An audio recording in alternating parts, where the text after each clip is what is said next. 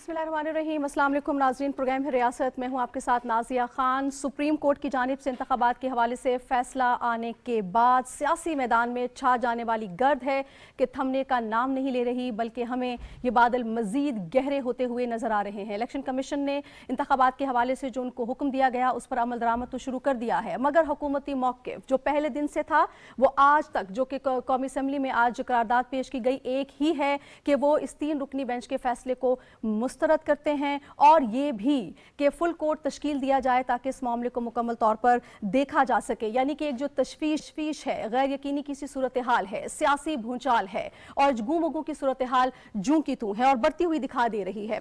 आज अगर मैं आपको बताऊं कि कौमी असम्बली में जो करारदाद पेश हुई है उसमें अदालत उज़्मा के से कहा गया है कि फुल कोर्ट की जो नजरसानी का मुतालबा किया गया है इस ऐवान में आज, और ये भी कहा गया है कि 3 रुकनी अकलियती बेंच के फैसले को ये पार्लियामान मुस्तरद करती है और आइन और कानून के मुताबिक अक्सरियती बेंच के फैसले को नाफिजुल अमल करार देती है। इस करारदाद की बहुत सी डिटेल है, लेकिन मैं कुछ चीजें आपके सामने रख रही हूं जिसमें वो ये भी कह रहे हैं कि ईवान सियासी मामलात में बेजा अदालती मुदाखलत पर इजहार तशवीश करता है। ईवान सियासी और माशी इस्तेहकाम के लिए एक ही वक्त पर आम इंतखाबात को मसाइल का हल समझता है। इसके अलावा अगर हम आपसे बात करें तो आज वजीर कानून आजम नज़ीर तारिक साहब ने ही बैनुल अक़वामी मीडिया से बात की, उसमें भी उन्होंने यही बात की है कि आम इंतखाबात होने चाहिए, एक वक्त में होने चाहिए और ये भी अक़लियती फैसला है वो उसको तस्लीम नहीं करते। एक और अहम बात जो हम आज प्रोग्राम में डिस्कस करेंगे वो अमरीकी मारूफ जरीदे दी टाइम्स के हवाले से है, जिन्होंने इमरान खान को पाकिस्तान की माशी अबतर की जो सूरत हाल है उसका जिम्मेदार करार दिया है। उन्होंने कहा कि इमरान खान के दौर में पाकिस्तान माशी मुश्किलात से दो चार हुआ है, हर रोज बदलते वुज़राए खजाना की वजह से मुल्क को माशी अदम इस्तेहकाम की तरफ धकेला गया है और अदम एतमाद की कामयाबी गैर मुल्की साजिश नहीं है, बल्कि जो सपोर्ट जो उनको हासिल थी वो नहीं रही, जिसके बाद ये सारी सूरत हाल देखने को मिली। इसके अलावा भी IMF से रूगर्दानी का भी इसमें जिक्र है। काफ़ी लंबी ये सूरत हाल है जो उन्होंने रखी है, अगर आप चाहें तो पढ़ लीजिएगा, प्रोग्राम में तवक्क नहीं होता कि हर चीज़ शेयर की जा सके। इन सारे मामलात पर आज हम बात करेंगे। बहुत ही पर्टिनेंट पैनल मुझे इस वक्त ज्वाइन कर चुका है। सबसे पहले मैं आपसे तारुफ करवाई देती हूँ, मुझे स्टूडियो में इस वक्त ज्वाइन कर चुके हैं सीनियर सहाफ़ी हैं हाफिज ताहिर खलील साहब। बहुत शुक्रिया सर, आपने हमें स्टूडियो में ज्वाइन किया। इसके अलावा स्काइप पर हमारे साथ मौजूद होंगे सदीकुल फारूक साहब, पाकिस्तान मुस्लिम लीग नून के रहनुमा हैं। बहुत शुक्रिया सर, आपने टाइम निकाला। इसके अलावा स्काइप पर ही हमारे साथ मौजूद होंगे लालचंद मलही साहब, पाकिस्तान तहरीक इंसाफ का मौक़िफ़ हमारे सामने रखेंगे और इसके अलावा लाहौर से हमें ज्वाइन करेंगे, किसी तारुफ के मोहताज नहीं है, सीनियर सहाफ़ी हैं, सीनियर तजियाकार है, तमाम मामलात पर बड़ी गहरी नज़र रखते हैं, सलमान गनी साहब। बहुत शुक्रिया सलमान गनी साहब, आपने वक्त निकाला। मैं अपने तमाम मेहमानों की इजाज़त से सलमान गनी साहब से ही प्रोग्राम का आगाज़ करना चाहूँगी। सलमान गनी साहब, सर शेड्यूल आ चुका, सुप्रीम कोर्ट अपना फैसला दे चुकी, इलेक्शन कमीशन अमल दरामद शुरू कर चुका, लेकिन हुकूमती मौक़िफ़ हमें पहले दिन से आज तक जो करारदाद मंजूर हुई है एक ही नज़र आता है। ये जो करारदाद सर आज मंजूर हुई है, क्या असर डालेगी सर इस फैसले पर जो सुप्रीम कोर्ट की जानिब से आया है?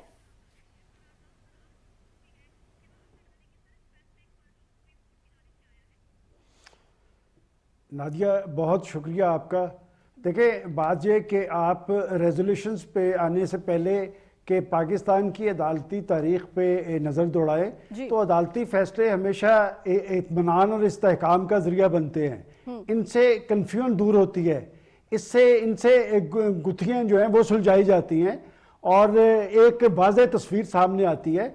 आपने जिस रेजोल्यूशन का जिक्र किया, देखिए एक रेजोल्यूशन आज पास हुई है और एक रेजोल्यूशन इस अदालती फैसले से एक रोज पहले पास हुई थी और उसमें जोर दिया गया था फुल कोर्ट पे, और फुल कोर्ट पे जोर सिर्फ हुक्मरान अलायंस ने नहीं दिया, वकला की तंजीमों ने भी इस पे बात की थी और खुद सीनियर कानूनदान वो भी ये मुतालबा करते नजर आए थे।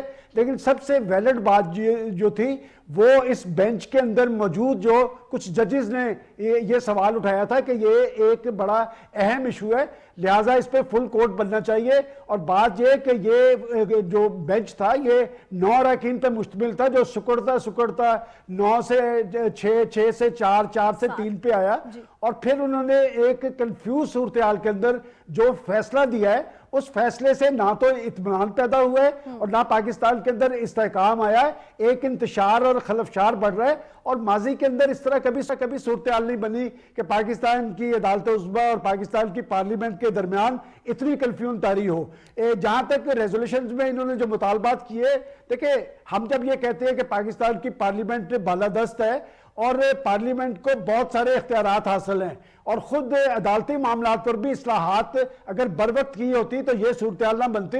और मैं आपको बताता चलूं कि जब ये बेंच बना था, ये कोई नई चीज नहीं बात कर रहे।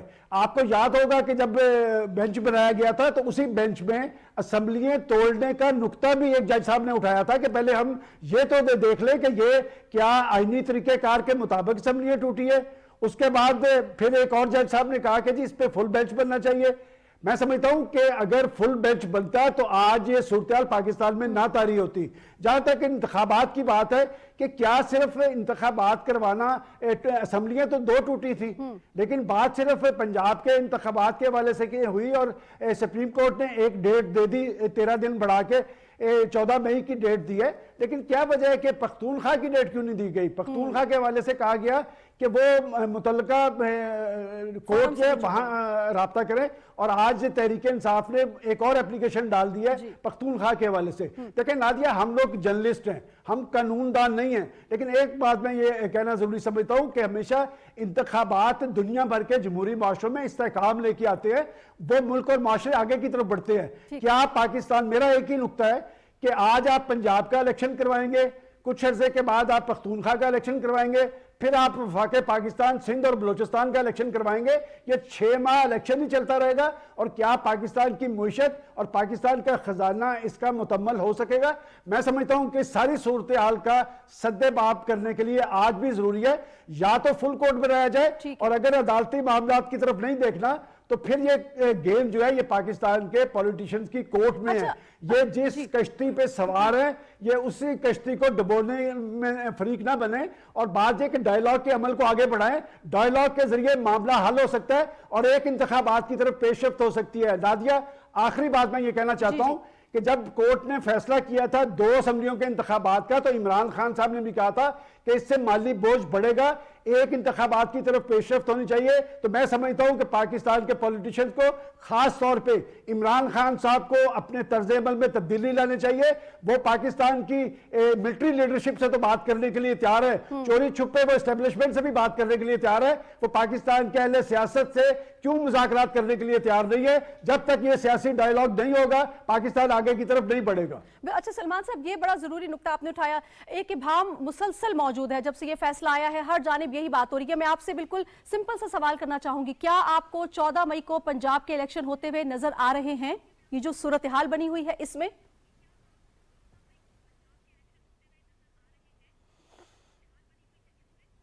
देखिए, आपने तो ये सवाल मेरे से किया है, आप पाकिस्तान के पॉलिटिशियन से पूछें। क्या आखिर मैं आपसे ही सवाल करता हूं, आप जर्नलिस्ट हैं, कि एक ऐलान हो गया, इससे पहले भी इंतखाबात का बाकायदा शेड्यूल आया था, क्या वजह है कि पंजाब के अंदर इंतखाबी माहौल क्यों कर तारी नहीं हुआ था?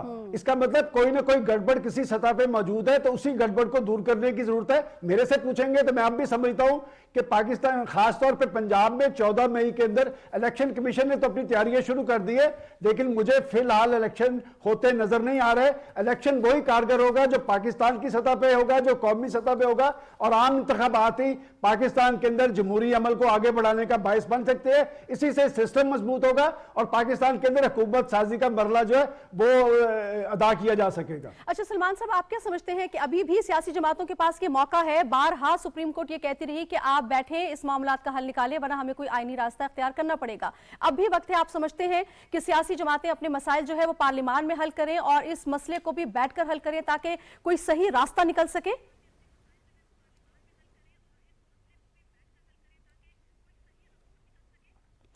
देखिए नादिया, सबसे वैलिड क्वेश्चन आपका यही है, और मैं ये समझता हूं कि आप लीडरशिप को छोड़ें, अब भी पॉलिटिकल पार्टीज के अंदर संजीदा लोग मौजूद हैं, वो बातचीत की बात करते नजर आ रहे हैं।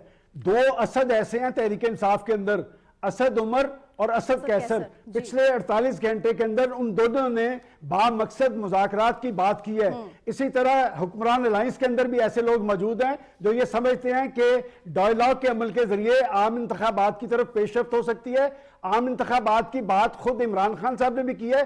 सारी पार्टियों के अंदर एक तशवीश मौजूद है और एक इंतखाबात के हवाले से तहरीक मौजूद है।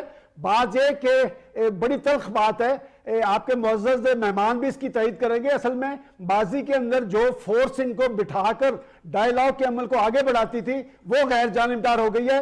पाकिस्तान के सियासतदानों का इम्तिहान है कि आखिर क्या वजह है कि वो अपने मसाइल के हल के लिए बैठने पर क्यों तैयार नहीं है। जब ये बैठेंगे तो मसले का हल निकलेगा। सियासी तारीख ये बताती है कि बड़े बड़े इश्यूज पे जब भी लीडरशिप बैठी है तो मसले का हल निकला है, पाकिस्तान आगे की तरफ बढ़ा है। वो किसी ने दुरुस्त कहा था कि ज़बाने भर की निगाहों में मोतबर होंगे वो फैसले जो मोहब्बत की मेज पर होंगे। बिल्कुल ठीक, बहुत शुक्रिया सलमान गनी साहब। सर आपने हमें लाहौर से ज्वाइन किया। मैं अब रुख कर रही हूँ सदीकुल फारूक सर आपका। सर ये जो एक सियासी बहरान है, कशमकश है, ये हम देख रहे हैं कि थमने का नाम नहीं ले रही। ठीक है, इलेक्शन कमीशन ने अमल दरामद तो शुरू कर दिया लेकिन हुकूमती मौक़िफ़ तो जूं का तूं है। अहम फरीक है वो ये कहता है कि जब तक फुल कोर्ट बेंच तश्कील नहीं दिया जाता उस वक्त तक अकलियती बेंच का फैसला काबिल कबूल नहीं है। आज ये करारदाद भी आ गई, क्या कहिएगा सर सारी सूरत हाल पर?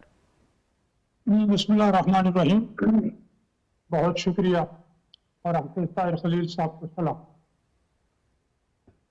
जी, पहले तो वही बात है कि अगर नीयत नेक और मुल्की मफादात को सामने रखा जाए तो बैठ के ये मसला आइन की रोशनी में मुज़ाकरात या डायलॉग के जरिए हल होता। लेकिन इख्तिसार से अर्ज करूँ, जब हम अपोजिशन में थे तो हमने बड़ा दोस्ताना हाथ हर मौके पे आगे बढ़ाया, इमरान खान ने झटका। जब हम हुकूमत में आए 10 अप्रैल को हल्फ उठाते ही वज़ीर शहबाज शरीफ साहब ने हाथ आगे बढ़ाया, आइए ग्रैंड डायलॉग भी करते हैं, आइए माशी और इक्तिसादी चार्टर भी कर लें। वो हाथ भी झटका गया। अब सूरत हाल ये है कि जुडिशरी के हवाले से जो बातें सामने आ रही और ये ट्रक चल रहे हैं, पता नहीं पेटियां चल रही हैं, क्या हो रहा है, और उस जो कहा जाता है उसका नतीजा सामने आ जाए। तो अगर अदलिया के हवाले से ट्रक चल रहे और फैसले हो रहे फिर काम खराब। ये जो सलमान गनी साहब ने तवज्जो दिलाई और मुल्क में हर बच्चे की जुबान पे है कि 9 रुकनी बेंच ने फैसला करना था, तो आखिर 9 रुकनी बेंच किसी सोच के तहत बनाया गया। तो ने रिक्यूज कर लिया तनकीद की वजह से। उन्होंने माना कि हम पे ये तनकीद ठीक है, वो हट गए। तो फिर चीफ जस्टिस साहब ने निकाल दिया, एक फिर अलग निकल गए, दूसरे अलग निकल गए। अब जो 3 रुकनी बेंच है उसमें एक मौजूद ओपन वो है जो रिक्यूज कर चुके थे। तो ये तो बड़े अजीब मज़ा खेज बात है। अब इस चीज को सामने रखें फिर समझ आती है कि जब बेंच के अंदर से, अदलिया के अंदर से वकला की तंजीमों की गालिब अक्सरियत और बड़ी सियासी पार्टियां सारी जब फुल कोर्ट की बात कर रही हैं और इमरान खान भी कह रहे हैं तो उन्हें एतराज नहीं है, तो चीफ जस्टिस को फुल कोर्ट का बेंच बनाने पे एतराज क्या? सर सदीक साहब, क्या अभी भी आपको ये उम्मीद है कि ये जो आप लोगों की इस्तदा है ये सुनी जा सकती है और फुल कोर्ट की जो आप बार बार मुतालबा कर रहे हैं ये तश्कील पा सकता है? अभी भी आपको ये उम्मीद है सर? इस सिलसिले में क्या मूव होगी वो बन तो सकती है, बुलाई तो जा रही बेंच फुल कोर्ट का बन तो सकता है, लेकिन शर्त यह है कि अगर तासुब से काम न लिया जाए, जिद और हट धर्मी का मुजाहरा न किया जाए। मैं ये कह रहा था कि लोग कहते हैं कि जी चीफ जस्टिस साहब के सवाबदीदी इख्तियारात है। सुप्रीम कोर्ट और हाई कोर्ट के फैसले हैं कि जहां सवाबदीद होती है वहां मामलात खराब होते हैं। सवाबदीदी इख्तियारात वज़ीर आज़म के काम किए गए, चीफ मिनिस्टर के काम किए गए, तो चीफ जस्टिस के सवाबदीदी इख्तियारात अब आके पार्लियामेंट ने जो काम किए है तो बस उन पर अमल दरामद होना चाहिए। चीफ जस्टिस साहब भी इंसान है, फरिश्ते नहीं है, उनसे गलती होती है, तो अब सूरत हाल ये है या वो बनाए, वरना जो किसी भी जमहूरी माशरे में जो पार्लियामेंट है वही बालादस्त है। पार्लियामेंट ने करारदाद पास करके हुकूमत को एक डायरेक्शन दे दी है, इसके सामने कोई नहीं ठहर सकता। फिर ये पार्लियामेंट जो है वो अपनी बात मनवाएगी, उसके सामने वो अदलिया को इख्तियारात भी पार्लियामेंट देती है, वो ज्यादा करे कर सकती है, कम करे कर सकती है, आइन बनाती है, आइन पे तरामीम करती है, ये पार्लियामेंट है, ये अदलिया नहीं है।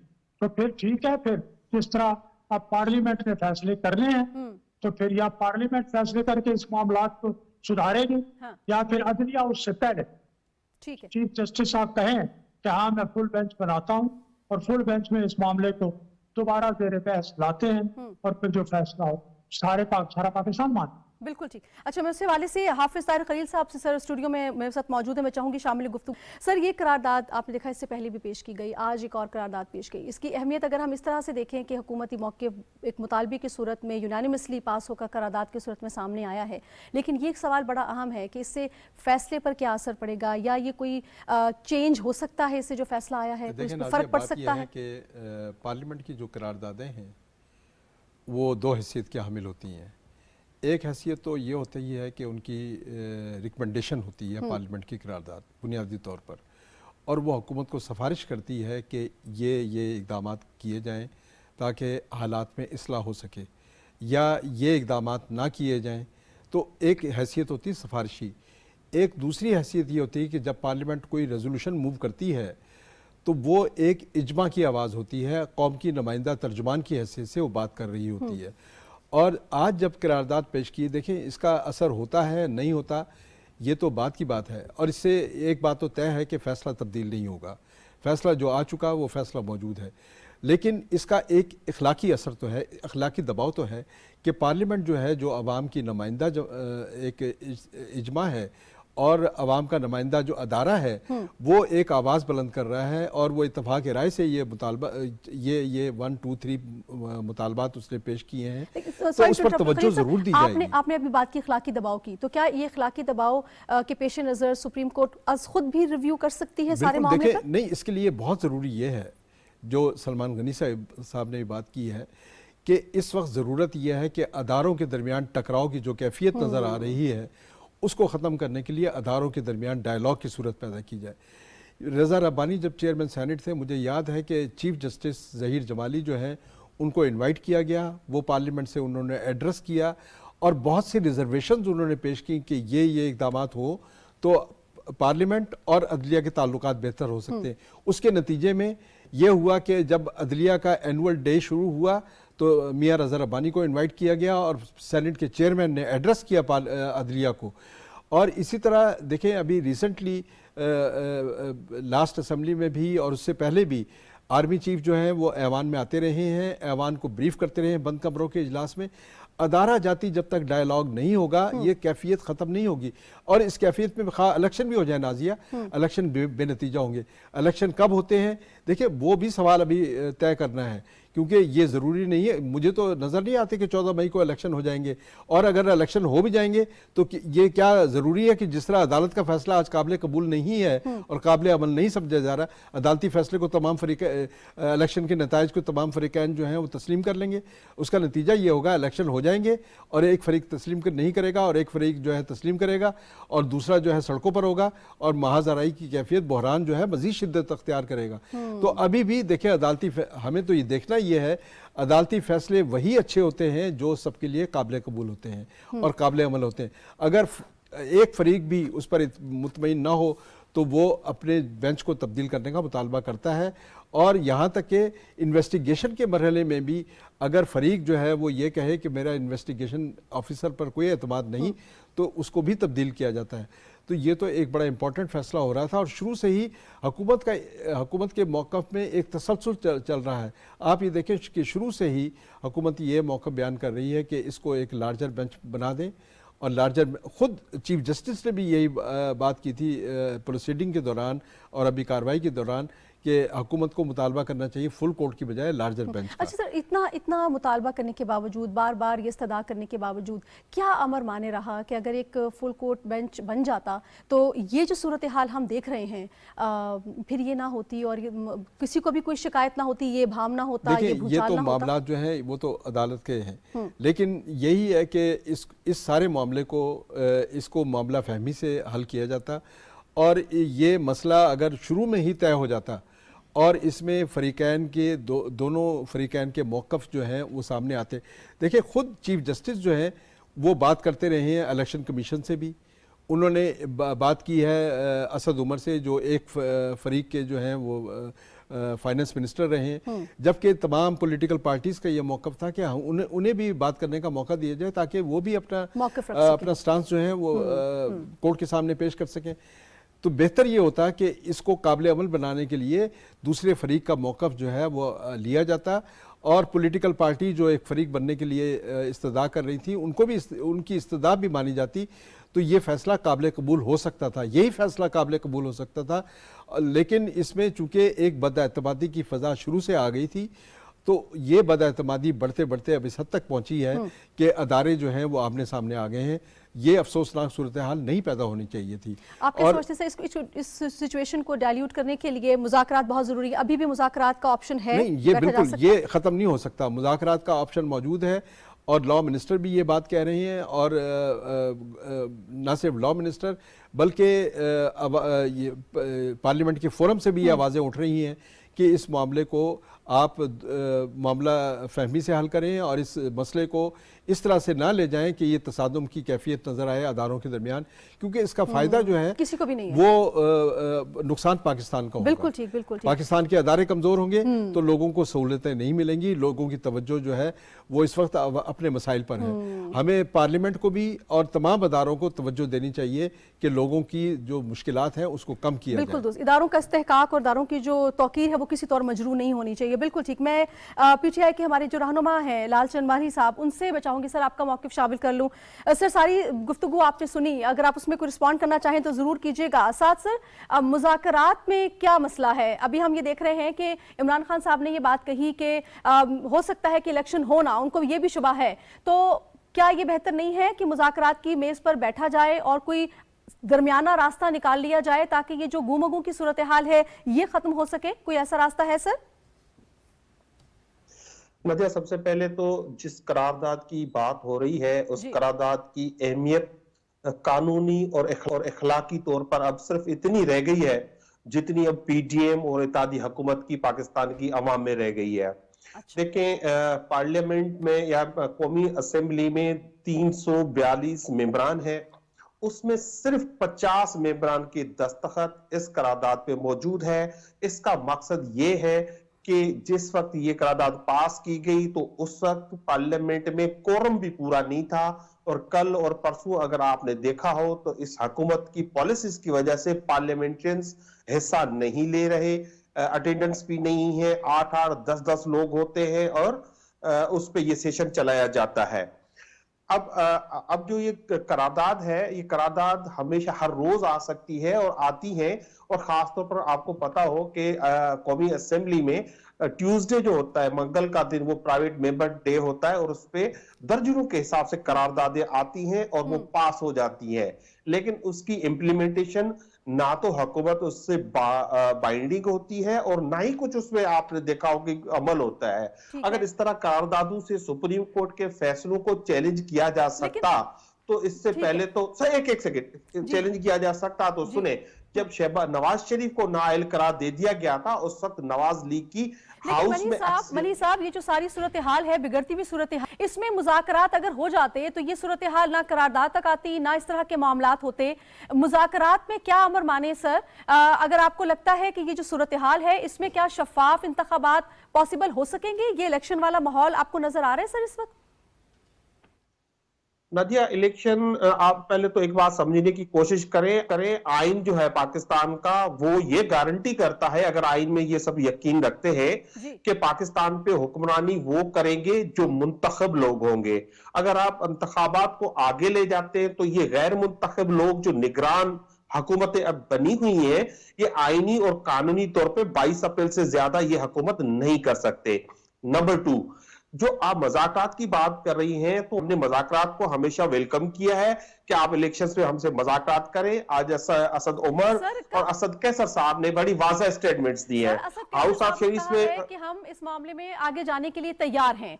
आप ये कह रहे हैं कि हम हमेशा मुज़ाकरात के लिए तैयार रहे हैं, लेकिन इस तरह का माहौल हमने पीटीआई की तरफ से नहीं देखा। इमरान खान साहब तो बैठने के लिए तैयार नहीं थे, लेकिन अब अगर बैठने की बात हो रही है तो आप नहीं समझते कि इस अमल को जल्द अज जल्द शुरू कर देना चाहिए?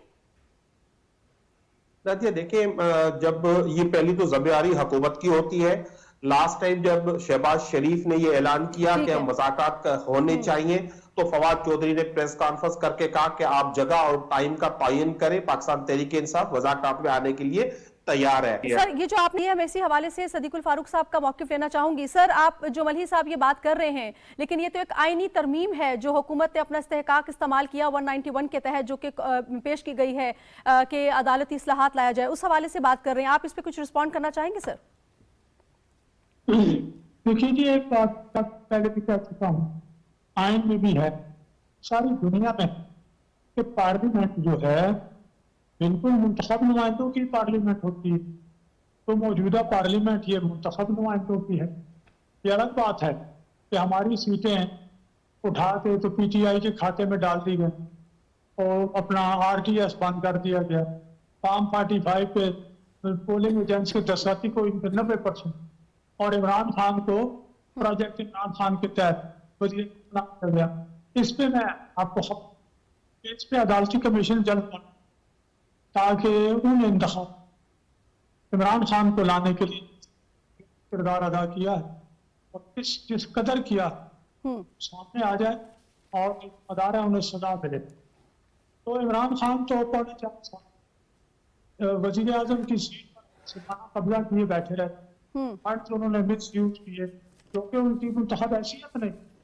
ये तो वो करना है, लेकिन आप कह रही हैं जो है वो जब हम अपोजिशन में। ठीक है सदीकुल फारूक साहब, सर आपकी आवाज़ में कुछ गड़बड़, टीम से रिक्वेस्ट करूंगी कि इसको सॉर्ट आउट करिए। जब तक सर मैं आपकी जानिब आऊंगी, बात हो रही है मुज़ाकरात की। मसला ये है कि कोई हल निकल आए और कोई दरमियाना रास्ता निकल आए। आज लॉ मिनिस्टर ने भी ये बात की है। लॉ मिनिस्टर ने आइन के आर्टिकल 245 का हवाला दिया है और उन्होंने कहा है कि अगर वो आर्टिकल जो है वो रास्ता दे रहा है कि हम मामले को जो है किसी तरीके से हल कर लें, और उस आर्टिकल में ये बताया गया है 245 में कि दस्तूर में अगर कोई टाइम फ्रेम दिया गया है और वो काम उस टाइम फ्रेम में मुकम्मल नहीं होता और बाद में हो जाता है, तो इसका मतलब वो काम जो है गैर आइनी करार नहीं दिया जाएगा, जो दस्तूरी और आइनी फ्रेमवर्क के अंदर नहीं हुआ। तो वो ये कह रहे हैं कि अगर 90 रोज़ के अंदर इलेक्शन अभी भी नहीं हो रहे, क्योंकि 90 रोज़ का जो पीरियड है वो तो 17 अप्रैल को मुकम्मल हो जाएगा। ठीक है। और इलेक्शन जो है 90 दिन से आगे बढ़ गए हैं। 30 अप्रैल की डेट थी, वो भी 90 दिन से आगे थी। अब 15 मई की डेट 14 मई की आई है, वो भी 90 दिन से आगे है। जबकि आइन की इसका मतलब यह है कि हम 90 दिन को क्रॉस कर चुके हैं। ठीक है। अब हमें देखना यह है कि हमें रास्ता देना है, और रास्ता देने के लिए वो ये कह रहे हैं कि 3 रुकनी बेंच का जो फैसला है वो उसको आर्टिकल 245 के ज़रिए उसको हल किया जाए और चीफ जस्टिस जो हैं वो आएँ, आगे बढ़ें और उसको फुल कोर्ट में कन्वर्ट कर दें, ताकि इस फैसले पर नज़रसानी हो सके। नज़रसानी का रास्ता उन्होंने खुद बताया कि इसको फुल कोर्ट के ज़रिए हल किया जा सकता है। तो मेरा ख्याल है कि एक तो रास्ता ये भी है, लेकिन इसके लिए ज़रूरी ये है कि आप पहले उस पर एक डायलॉग का माहौल तैयार करें, और ज़रूरी ये है कि आप दूसरे फरीक को कायल करें कि वो इस बात पर आमादा हो कि वो आपके साथ बैठ सके, बात कर सके। ये अच्छी बात है कि आज असद कैसर ने और असद उमर ने दोनों ने ये कहा है कि अगर हम बैठ कर बात करें तो टाइम जो है, टाइम फ्रेम वो आगे बढ़ सकता है। इसका मतलब ये है कि 15 मई की डेट आगे बढ़ सकती है, और वो डेट जो है, जो हुकूमत कह रही है कि अक्टूबर की, उसका कोई दरमियानी रास्ता निकल सकता है। तो मेरा ख्याल है कि इस ऑफ़र को गवर्नमेंट को कबूल करना चाहिए, और जो ऑफ़र वो दे रहे हैं पीटीआई की तरफ से कि वो हम बातचीत के लिए तैयार हैं। पीटीआई में अच्छे लोग भी हैं, संजीदा लोग भी हैं। वो अनासिर अगर खान साहब उनकी अगर बात सुन लें तब तो बात है, क्योंकि वो तो ज़िद और अना जो है उनकी, वो उनकी अना जो है बहुत बड़ी है। तो वो अपने पार्टी के अंदर किसी की बात सुनने के लिए तैयार नहीं है। अगर वो इनकी बात सुन लेते हैं तो मेरा ख्याल है इंतखाबात के लिए एक बेहतर रास्ता निकल सकता है और बेहतर माहौल पैदा हो सकता है। बिल्कुल ठीक। सदीकुल फारूक साहब, सर उसकी बात कट गई थी, आप कंटिन्यू कीजिएगा। अभी चूंकि तारिक खलील साहब ने, हाफिज तारिक खलील साहब ने कुछ बातें की हैं जी जी, और लॉ मिनिस्टर की एक तजवीज भी सामने रख दी है। तो बात नाजिया खान साहिबा नेक नियति की है, मुल्की मफादात को सामने रखने की है, जिद और हकदर्मी को तिज देने की है कि छोड़ दें जिद और हकदर्मी।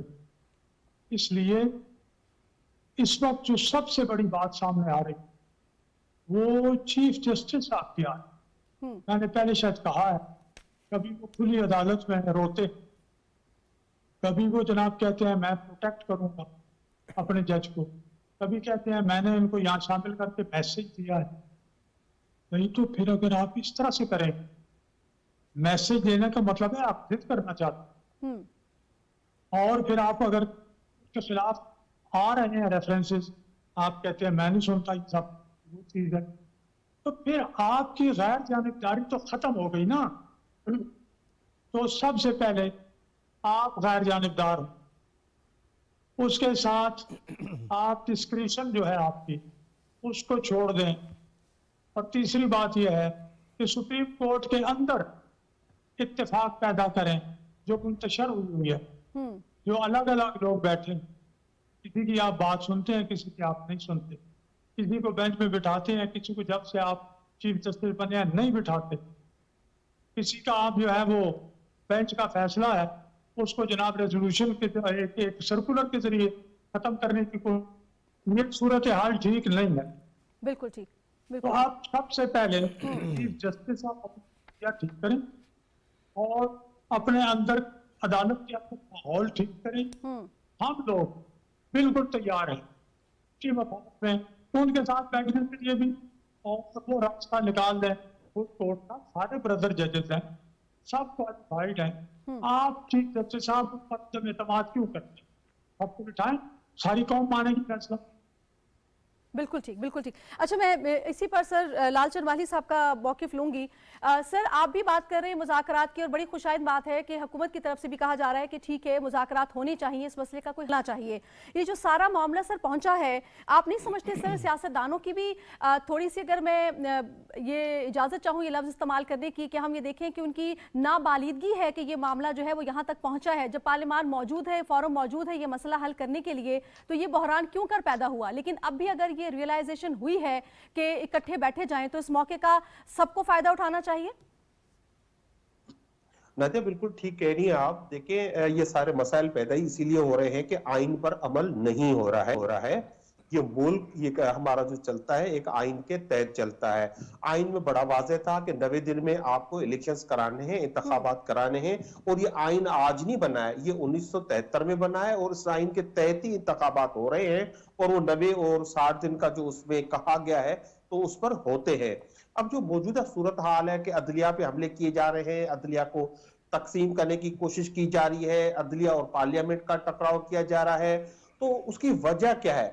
और सुप्रीम कोर्ट ने अगर फैसला किया है तो खुदा ना खास्ता ना किसी को फांसी दी है, ना किसी को जेल में डाला है, ना किसी को नाअहल करार दिया है। उन्होंने सिर्फ एक काम ही कहा है आइन के मुताबिक कि आप अवाम में जाएं, और ये कहते रहते थे ये जो सारे सियासतदान है कि अवाम की अदालत सबसे बड़ी अदालत है, तो भाई अवाम की अदालत में आए, आप घबरा क्यों रहे हैं? अब आपको जब ये यकीन हो गया है कि हम अवाम में आउट हो चुके हैं, तो आप जबरदस्ती और जबर से इस मुल्क पे हुकूमत करना चाहते हैं। सदीकुल फारूक साहब, मलही साहब ये कह रहे हैं कि आप अवाम की अदालत में आने से घबरा रहे हैं। सर आप घबरा रहे हैं ये क्यों? क्योंकि हुकूमत की तरफ से तो कहा गया है कि हम तो इलेक्शन के लिए हम वक्त तैयार हैं, हमें इलेक्शन की जानिब जाने में कोई मसला नहीं है, लेकिन ये इलेक्शन कमीशन है जिसने अदालत में अपना मौक़िफ़ रखा है कि हमारे पास फंड्स की कमी है, और जो सिक्योरिटी के मामलात हैं दोनों बड़े ही अहम इशूज़ हैं और की पॉइंट्स हैं, की कंपोनेंट्स हैं। तो ये तो इलेक्शन कमीशन की तरफ से कहा गया है, लेकिन मलही साहब ये कह रहे हैं कि शायद आप अवाम की अदालत में जाने से घबरा रहे हैं। सर पहली बात तो ये है कि अब की अदालत इलेक्शन बिल्कुल दुरुस्त बात, अवाम की ये एक अदालत है, फैसला देते हैं। लेकिन ये अपनी जगह, क्या इलेक्शन में जाने के लिए आइन कानून को तोड़ जिस तरह की मर्जी है फैसले दें, मुतासिबाना फैसले दें, डिक्टेशन दें, एक इदारा दूसरे लोग के इख्तियार उन पर कब्जा करने वासिबाना उनके इख्तियार इस्तेमाल करना कर दे। वाइट चाइल्ड पार्टी ऑफ पावर्स है, इसमें अदलिया का एक किरदार है, एक अपना मुकदमा का किरदार है, इंतजामिया का किरदार है। अगर अदलिया मुकदमा का किरदार भी अपने मुट्ठी में ले लेगी, अदलिया जो है इंतजामिया के किरदार भी अपने हाथ में ले, बाकी आईनी इदारों का किरदार भी अपने फैसले करने शुरू कर देगी, तो फसाद पैदा। तो ये फसाद जो पैदा करते हैं, तो फसाद न पैदा करें। सबसे पहले वो आइन के बाबा है, सबसे पहले वो बराबर बिरादर जदीद का एहतराम करें।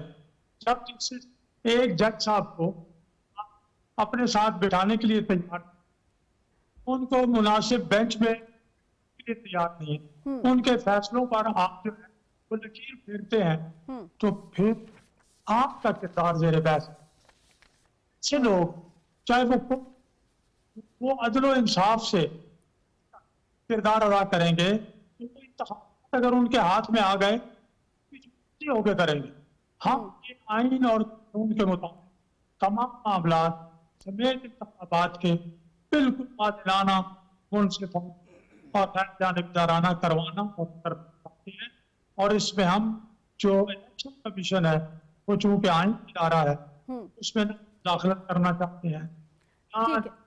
जो है सुप्रीम दाखिलत करे, अगर ये मुदाखलत करेंगे तो इसका मतलब जो मुदाखलत करेगा उसका कोई मकसद है, उसका कोई जाती मकसद है, उसका कोई बात है, जिद है, कोई धर्म, फिर गलत हो। ठीक है। अच्छा हाफिज साहब, हम सारे बात ये कर रहे हैं कि इलेक्शन अपने वक्त में होने चाहिए, दुरुस्त कह दिया सुप्रीम कोर्ट ने। ये सारी सूरत हाल एक तरफ है और एक हमारी है माशी अबतरी, जिसका बार बार हम कह रही है कि इस वक्त हम शदीद माशी बहरान का शिकार हैं। और हमने जब देखा कि अमरीकी मारूफ जरीदे दी टाइम्स ने भी ये कहा कि इमरान खान जो है माशी बदहाली का उनको शिकार करार दिया। काफ़ी डिटेल है उसमें, उन्होंने कहा कि इमरान खान के दौर में पाकिस्तान माशी मुश्किलात का शिकार हुआ है, आपकी नज़र से ये गुजरा होगा। उन्होंने कहा कि बदलते हुए बुज़ुर्ग ख़जाना ने मुल्क को इस हाल तक पहुँचा दिया। फिर IMF के साथ जो उन्होंने मुआहिदा किया, अब ऐसे में इंतखाबात होना और उसके बाद अगस्त में क्योंकि असम्बली अपनी मुद्दत पूरी कर रही है, फिर आम इंतखाबात की तरफ जाना, तो क्या ये इतना बड़ा बोझ हमारी कमज़ोर मईशत, नहीफ मईशत बर्दाश्त कर सकेगी, सैलेगी? बात यह है कि जो स्टोरी आज छपी है टाइम में, ये अक्कासी कर रही है पाकिस्तान की मुआशी सूरत हाल की, और इसमें बहुत वाज़ेह तौर पर बयान कर दिया है कि ज़िम्मेदार कौन कौन लोग हैं। देखें, पाकिस्तान की मुआशी तनज़्ज़ुली का जो सफ़र है वो 2018 से जो शुरू हुआ था और वो इख्तिताम पजीर हुआ 2021 तक, 2022 तक, जब सब्सिडीज़ जो है बेतहाशा दी गई। उस वक्त हालांकि IMF का प्रोग्राम जारी था, लेकिन IMF के प्रोग्राम से इनहराफ करते हुए यहाँ पेट्रोल पर भी सब्सिडी दी गई, पेट्रोल सस्ता किया गया, और वो काम किए गए जो तमाम काम जो है IMF ने उनको रिस्ट्रेंट करने के लिए कहा था कि इनसे आप पीछे हटें। लेकिन ये IMF से इनहराफ जो है वो महज इसलिए किया गया, उनको मालूम था कि ये जो काम कर रहे हैं ये ख़ुदकुशी वाला काम है, ये पाकिस्तान को तबाही की तरफ ले जा रहा है। लेकिन दानिस्ता तौर पर ऐसे काम किए गए, और उसके बाद जब मियाँ शहबाज शरीफ आए हैं अदम एतमाद तहरीक के बाद, तो उन्होंने उसी वक्त ऑफ़र किया है कि आए मिसाके मईशत पर दस्तखत कर लेते हैं, ताकि मुआशी पॉलिसियों का तसलसल बरकरार रहे, और जो मुआशी पॉलिसियाँ बने वो इत्तफाक राय के साथ बने, ताकि मईशत मुस्तहकम होगी तो सियासत मुस्तहकम होगी। तो ये एक दूसरे के साथ जुड़े हुए हैं, लेकिन ऐसा भी नहीं किया गया, वो बैठने के लिए तैयार नहीं है। तो आज सूरत हाल ये है कि हम IMF के प्रोग्राम के मुंतज़िर हैं, दोस्तों के साथ जो है मुज़ाकरात चल रहे हैं, और अभी तक हम गैर यकीनी सूरत हाल है पाकिस्तान की मईशत की। डॉलर जो है वो तकरीबन 300 के करीब पहुंच रहा है, और लोगों की जो ज़रूरियात अशिया ज़रूरिया हैं वो दिन ब दिन इतनी महंगी हो रही हैं कि लोगों की इस वक्त जो है दस्तरस से बिल्कुल बाहर हो चुका है मामला। तो हमें ज़रूरत यह है कि ये मुआशी सूरत हाल को बेहतर बनाने के लिए अब प्राइम मिनिस्टर भी राब्ते कर रहे हैं, सऊदी अरब भी जा रहे हैं, UAE के साथ भी राब्ते हैं, फाइनेंस मिनिस्टर भी अमेरिका जाने की तैयारी कर रहे हैं, IMF के साथ बात भी चल रही है। IMF खुद भी कह रहा है कि आप दोस्त मुल्कों के साथ को तैयार करें ताकि पाकिस्तान की मईशत जो है उसमें एक ठहराव की कैफियत हो, मुस्तहकम हो और कॉन्फिडेंस बढ़े लोगों का। तो बात यह है कि ये कॉन्फिडेंस उसी वक्त उसी सूरत में बढ़ सकता है जब पाकिस्तान की सियासत मुस्तहकम होगी, और उसके लिए ज़रूरी यह है कि खान साहब जो हैं वो अपने रवैये में लचक दिखाएं, अपने रवैये में पसपाई अख्तियार करें और पाकिस्तान के मफादात। मैं आज देख रहा था कि आज हम जब बात कर रहे हैं आइन की गोल्डन जुबली की, और कौमी असम्बली का आज प्लान भी आया है कि 10 अप्रैल को सेशन आ रहा है, जॉइंट सिटिंग। तो उस वक्त देखें ये 73 हाईली पोलराइज सोसाइटी थी जब लेफ्ट और राइट की तकसीम ने पूरे मुल्क को तकसीम कर रखा था, लेकिन उसमें कौमी क़यादत ने दानिशमंदी और तदब्बुर और फहम फिरासत का मुजाहरा किया और बैठ गए। हालांकि उनकी एक हुकूमत बरतरफ हो गई थी बलूचिस्तान में और मौलाना मुफ्ती महमूद इस्तीफ़ा दे के बैठ गए थे, लेकिन उन्होंने यहाँ पर जब कौमी असम्बली में बैठे उन्होंने बात की, उन्होंने कहा कि जो सूबे की लड़ाई है हम सूबे में लड़ेंगे, वो हम सियासी लड़ाई है हम सियासी लड़ाई को सियासी तरीके से लड़ेंगे। लेकिन पार्लियामेंट में हम बैठे हैं, कौम की निगाहें पार्लियामेंट के फैसलों पर मुंतज़िर हैं, हम कौम की निगाहों को मायूस नहीं करेंगे। यहाँ जो इज्तिमाई फैसले हुए और उसके नतीजे में ना सिर्फ दस्तूर बना बल्कि उसके नतीजे में पाकिस्तान को नाकाबिले तस्खीर बना दिया दिफाई लिहाज से।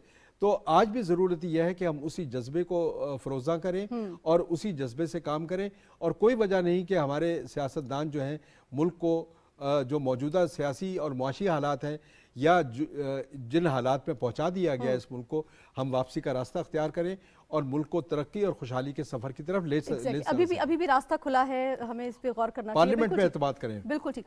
लालचंद महली साहब, सर ये जो अमरीकी मारूफ जरीदे द टाइम्स ने लिखा है ये यकीनन सर आपकी नज़रों से गुजरा होगा।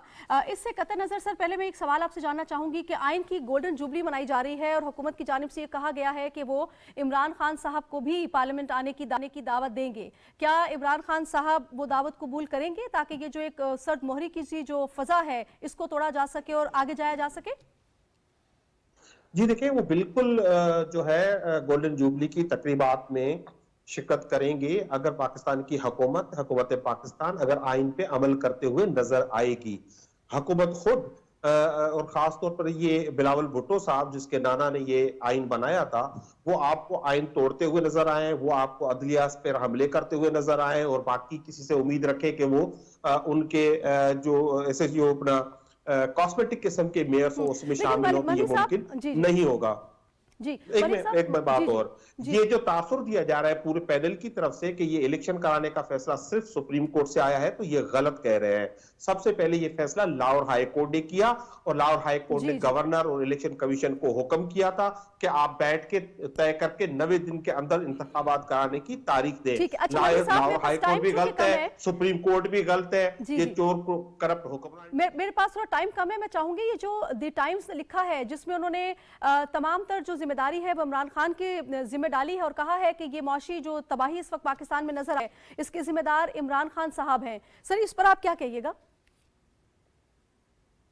तो नहीं पड़ी, लेकिन पाकिस्तान की जो मौजूदा हुकूमत के फाइनेंस डिवीजन के जो है डेटा है वो मैंने जरूर देखा हुआ है कि इमरान खान के वक्त जो है जीडीपी 6% से ग्रो कर रही थी, एक्सपोर्ट बढ़ चुकी थी, आपके जो फॉरेन रिजर्व से वो $14 बिलियन थे, आपके रेमिटेंसेस बढ़ गए थे, और आखिरी बात और जो आपकी महंगाई थी, इन्फ्लेशन थी, वो 13% है, आज वो 45% पे है। हुकूमत का बड़ा सर हाथ है सर, और सर खासतौर पर उन्होंने एक पॉइंट रेज किया है कि इमरान खान साहब ने IMF और दीगर ममालिक से पैसे मांगने को भिखारीपन करार दिया, मगर फिर एक ही साल के अंदर IMF से $6 बिलियन का कर्ज लिया।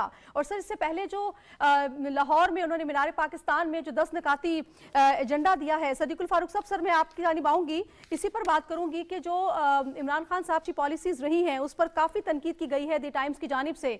लाहौर में हमने देखा कि मीनार पाकिस्तान में उन्होंने 10 से 12 निकाती एजेंडा दिया जिसमें उन्होंने कहा कि मईशत को इस तरह से बेहतर किया जा सकता है।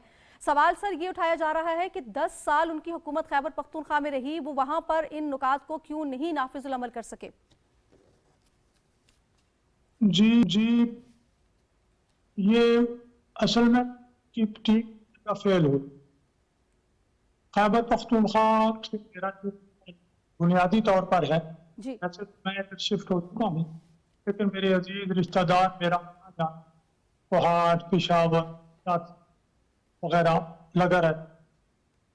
वहाँ क्या सूरत हाल है में बड़ी जनाब इस्लाहात की जी करप्ट हो गई, रिश्वत का रेट बढ़ गया, 500 बंदे सरकारी खजाने के खर्च पे पार्टी पॉलिसियां जनाब अली लोग ठीक सोशल मीडिया पे